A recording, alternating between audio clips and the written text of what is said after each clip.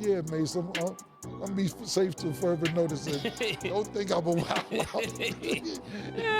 No, dang, man. No, this is good to hear. This is good to hear, Cam. Yeah, man, don't get it fucked up. I ain't gonna let nigga talk about y'all running up in y'all show, boy. Y'all going, I'm not having that. Oh, yeah, that's self-defense. That's self-defense. Yeah, nah, I'm not with all that now. That's just not gonna happen. Call it what you want. Not talking about y'all. I'm coming in there and y'all gonna interview me when I say so. That's just not gonna happen, brother. So, or sister, or anybody else, man. So that's what I'm definitely not having.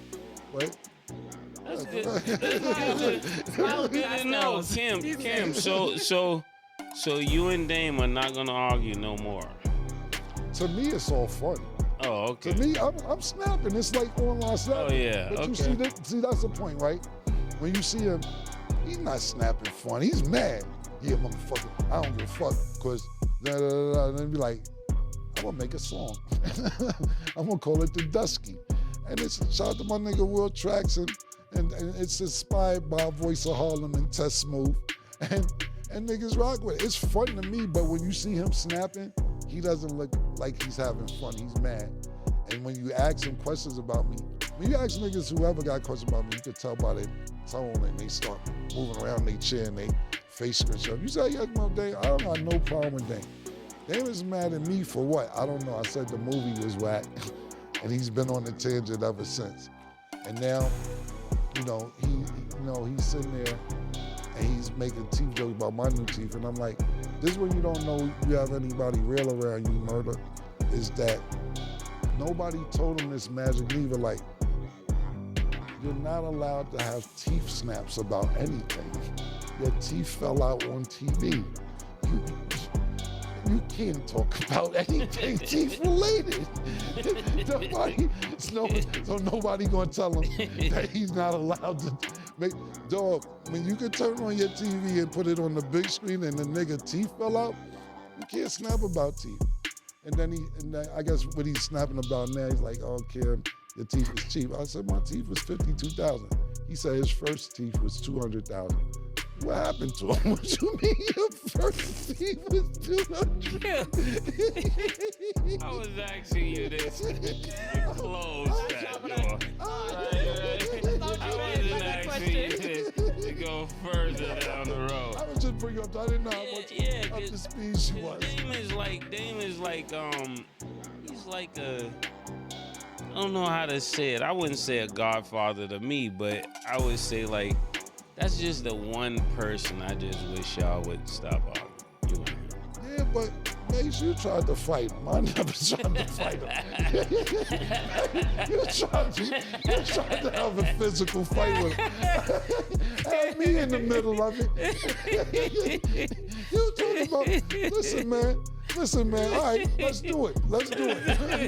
Dame talking about you should stop. Dame come, and then, see, you know what's going on? And then Dame, see, we're just too old to fall for the reverse psychology. What he's trying to do is now he's saying, yeah, Mace doing the show. Ken wouldn't even be doing that show if it wasn't for Mace. I said, Mace not falling for that. Just a year and a half ago, he came and asked us, he was in a financial bind. Mace came to me and said, we can't be out here looking like that. I'm like, yeah, man, that's the spirit. I know you don't really mess with Dame like that. So I'm like, yeah. And he's like, call Dame now, tell him we're gonna give him $1 million. I'm like, we? I'm like, you go 5, I go 5. I'm like, in my brain. I'm like, we don't even know if we getting this $1 million back. I'm like, all right, man, it's just, fuck it. You know what I'm saying? That's what we doing, do it. Fuck it. Yeah, I'm like, it's Dame, we gotta do it. We try to give him $1 million, tell us to wait. He owe $800,000. So he wait 3 weeks. I asked Mace if he still wants to do it. Mace said, nah, it's 3 weeks. If you want to give it to me for the culture. You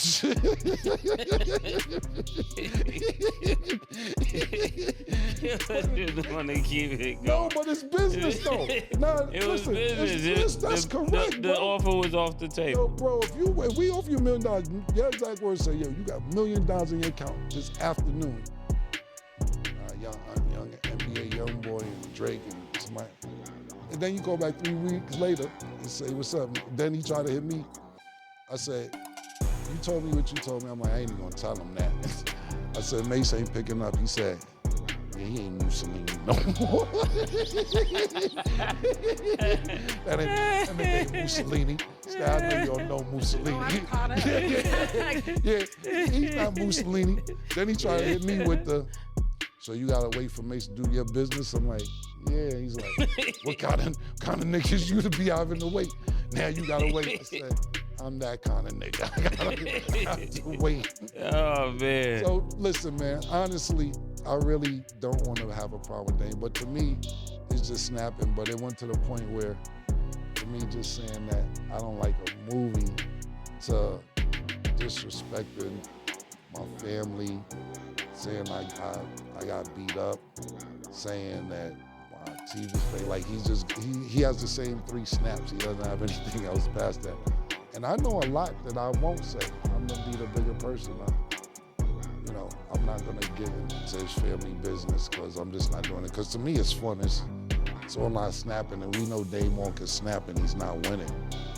He's losing. So when he tries to snap back, it looks angry. But Dame, since nobody will tell you, you can't talk about anything teeth related. I don't know if they told you that your teeth fell out on TV, and that if your first teeth cost $200,000, what kind of teeth with $200,000 you don't got them no more? What you mean your first teeth? I'm selling teeth for you more. Come on, killer. This is not what you thought signed up for, Mase. How many such teeth he got? Like I tried to alley back to the pastel, back to the pastel. He went camo again. Listen. Advertisers, sponsors, still see y'all smiling. We still here, but nah, seriously, I'm cool. I don't have no problem with Dame, but he's not gonna stop. You gotta realize this dude been talking about Jay-Z for 17 years without a response. So it won't stop. It's never gonna stop. It won't stop. You'll bring him on Talk with Lee? I would, but not really. See, look, let me tell you this, right? So when this thing first started, I don't know if you watched that part, because I know you watch what you want to watch. When I got a deal with Revolt, he tried to force a deal with Revolt. Oh yeah, I saw the And he was like, yo, I'm the chairman of Revolt. And Revolt is like, what are you talking about? You're not the chairman. He's showing emails and everything else. So Revolt called me and just was telling me what was going on to catch me up. But I was like, whatever. So Dame was trying to put one of his shows or 2 of his shows on Revolt, right? And Revolt didn't have any slots until next year, which is this year. I had a slot in my deal for another television show. I had a middleman call Dame and say, yo, look, this is when the shit first started, or the back and forth. I said, look, I don't even want to do this. Tell Dame the show he's trying to put on Revolt, he can have my slot. Just let me executive produce it the same way he did for me when I was in the jam. At Sony, he bought me the Roc-A-Fella executive produce my album. I said, I'll put your show on the slot that I was gonna put in those shows. I just want to be executive producer. He said, yeah.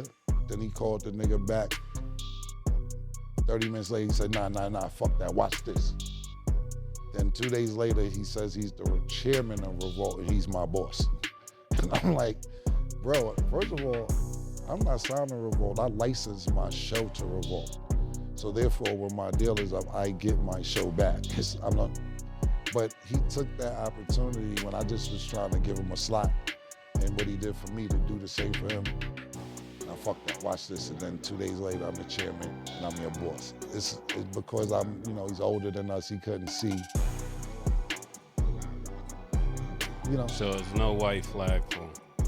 Never, Dave's not waving a white flag. I'll wave a white flag with a smile, but I don't know. See, the thing about it is this too, Mase, is that with me, I didn't just randomly do this. It was months of him. That's why I said I felt like it was a setup. It's months of him throwing shots at me, months and months when it first started. I'm like, I'm just ignoring Dame. And then he said something about Cam don't support my movies and nothing. He didn't support Honor Up. So I said the movie was whack, and then it went straight left from me, like personal. So I was like, I'll take a jab so like if he throws 10 shots and then I throw a jab and my jab powerful, then I'm whack. Come on, Cam, you gotta chill. Why would you do this? What happens is a lot of people don't see it because it doesn't get attention till I say something back, and that's where I gotta learn to take a page out of your book and other people's book. Where you like it doesn't make sense to respond, but sometimes I gotta respond.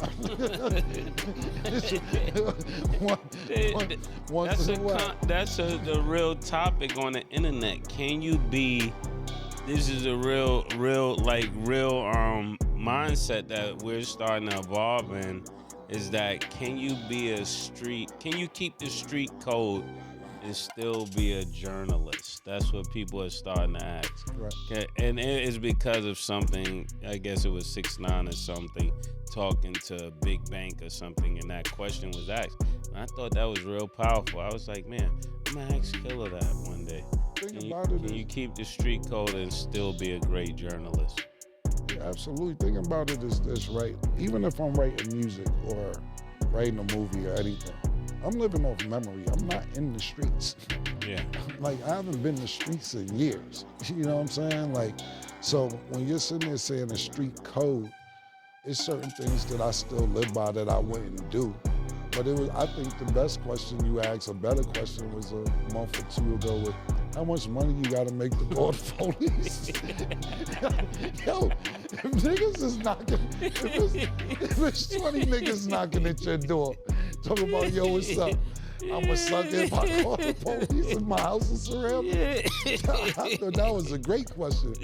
So, as far as, the reason, like you said, 6ix9ine or whoever, is because I think also, right, what happens is this, and I'm not speaking about anybody specifically, you got podcasters who's gang members, and that shit never goes away. Yeah. So when you're a podcaster and you're a gang member, it's like, yo, you tripping, fool. Get the door. Yeah, exactly. Yo, Crody, you know what I'm saying?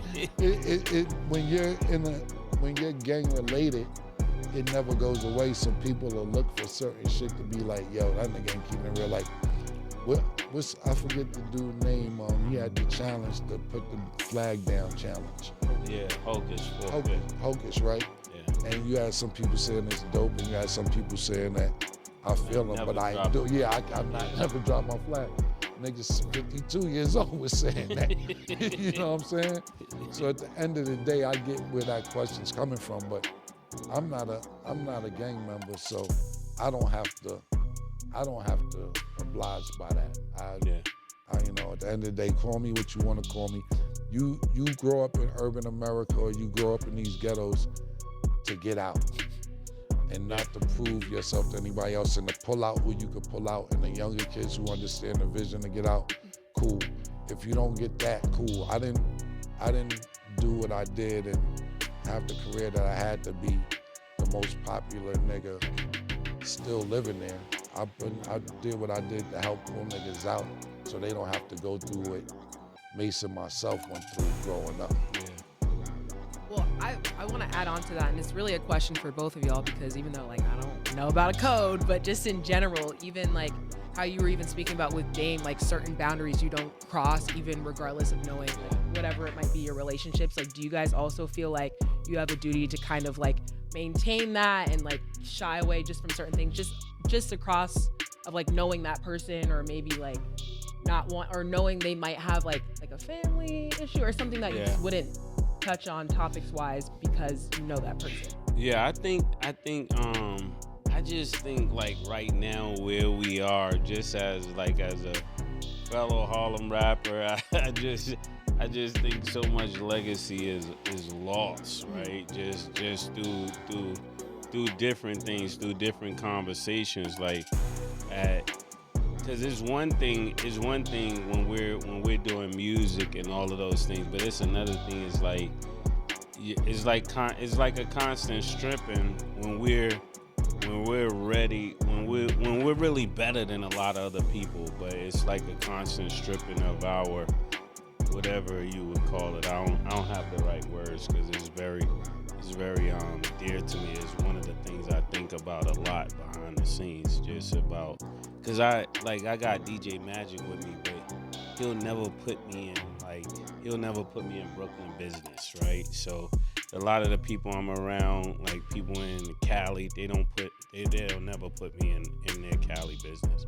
And that's just something I wish we had. It's too late for it now, but that's something I wish we had. Like, you know, he's not gonna join me, or he's not gonna let me join him to do anything to somebody in Brooklyn.